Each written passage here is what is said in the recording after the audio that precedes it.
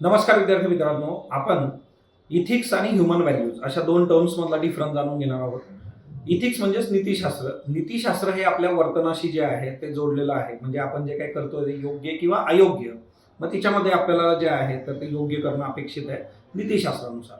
हिच्यामध्ये external force act होतो, म्हणजे समाजाचे जे काही धारणा आहेत किंवा समाज कशा पद्धतीने गोष्टी ज्या आहेत तर ते अप्लाय करू इच्छितो हे मॅटर करतं. म्हणजे तो एक एक्सटर्नल फोर्स इथं वर्क होतो, जिच्याने आपलं वर्तन जे आहे तर ते डिफाईन होतं. मानवी मूल्य जे आहेत तर ते एक इंटरनल फोर्सनी वर्क करत जातं बघा. हिच्यामध्ये आपली फॅमिली, आपलं कल्चर हे मॅटर करतं.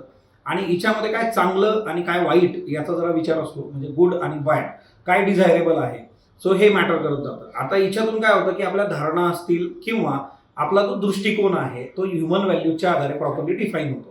आपलं जे इथिकल वर्तन असतं बघा किंवा ओव्हरऑल जे बिहेवियर आहे त्या बिहेवियरचा बेस म्हणजे ह्युमन व्हॅल्यूज आहेत. ह्युमन व्हॅल्यूजच्या आधारे हे डिफाईन करता येतं की तुमचं वर्तन कसं असू शकतं. आणि म्हणूनच जे आहे की ह्युमन व्हॅल्यूज मॅटर करतात. आता बघा, ह्युमन व्हॅल्यूजमध्ये जर आपण असा विचार केला की समजा एखादी व्यक्ती जी आहे ती प्रामाणिक आहे, तर याचा अर्थ काय होतो ना की इथिकली त्याचं वर्तन कसं असेल तर ते कुणालाही जे आहे फसवणार नाही तिथं. पण आता इथिक्समध्ये एक गोष्ट असते की इथिक्स हे सिच्युएशनल असतं, परिस्थितीनुरूप असतं, पण ह्युमन व्हॅल्यूज ह्या स्टेबल असतात. म्हणजे फॉर एक्झाम्पल एखादी व्यक्ती खोटं बोलत नाही, पण इथिक्समध्ये जे आहे की सिच्युएशनल अशी येऊ शकतं की तुम्ही जर एखादं गुप्तहेर आहात तर स्वतःच्या देशासाठी, त्याच्या सिक्युरिटीसाठी तुम्हाला कुठेही बोलावं लागू शकतं. सो इथिक्स आणि ह्युमन व्हॅल्यूज जे आहे तर ते अशा पद्धतीने तुम्ही लक्षात ठेवणं अपेक्षित आहे.